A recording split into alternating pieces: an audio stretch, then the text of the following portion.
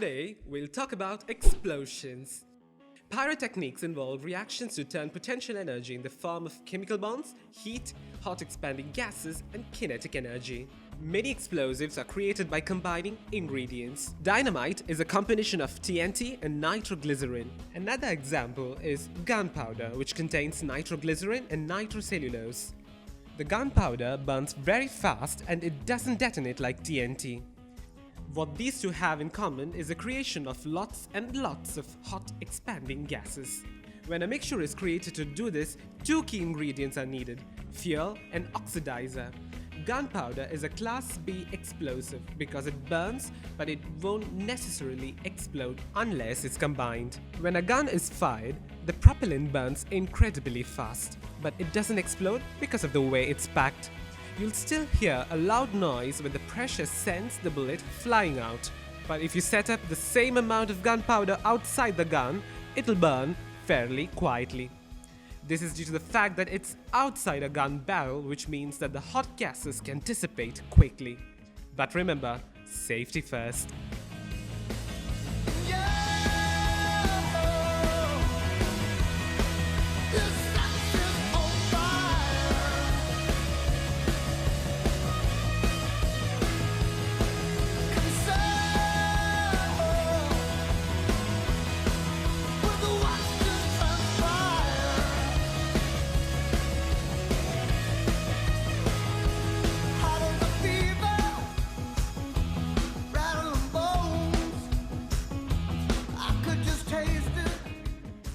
Boom! The latest Bond film just broke a world record, but not for the box office success. Spectre now holds the title for the biggest film stunt explosion ever. The record-setting scene was filmed in Morocco using more than 2,223 gallons of kerosene and 72 pounds of powder explosives to create a 7.5-second blast equivalent to 68 metric tons of TNT.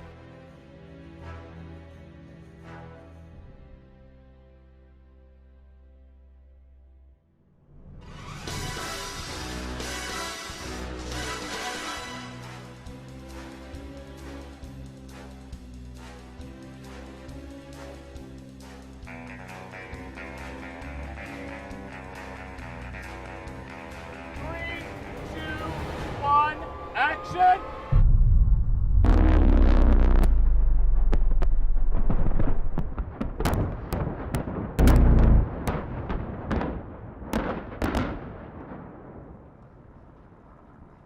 And cut!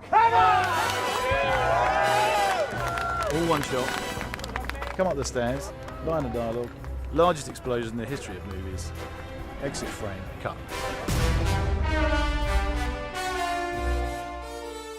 CGI is the alternative for real explosions.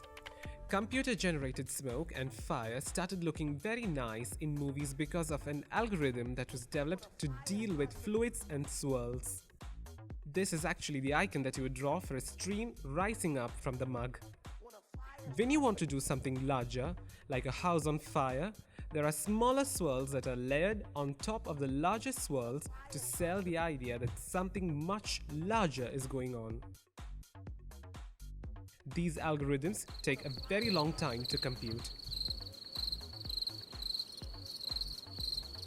In 2008, a paper was published called Wavelet Turbulence for Smoke Simulation. It was much faster to get the details needed in order to make something look like a forest fire.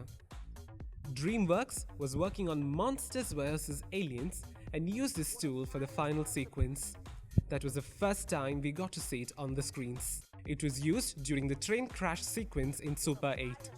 The biggest explosion realized with this tool was in 2013 for Iron Man 3.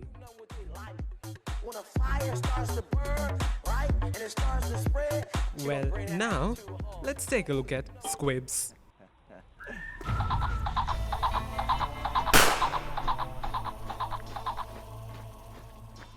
If you don't want to kill all your actors, you have to be smart. First of all, you need a very small explosive charge called squib. It's used in a wide range of industries, from special effects to military applications. It's like a dynamite with considerably less explosive power. The detonator is connected to a remote electronic trigger, so how to use it? You need an armor to wear under the clothes to avoid any wounds, a small bag filled with fake blood, a radio to detonate the squib, and finally, the squib. That's the Tarantino trick.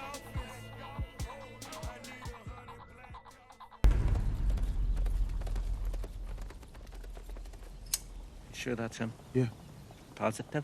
I don't know. You don't know if you're positive? I don't know what positive means. It means you're sure. Yes. Yes, what? Yes, I'm sure that's Ellis Brittle.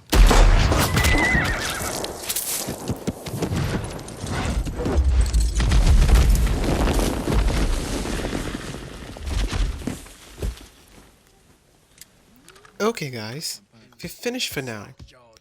But remember one last thing. Cool guys don't look at explosions. Cool guys don't look at explosions. They blow things up and then walk away. Who's got time to watch an explosion?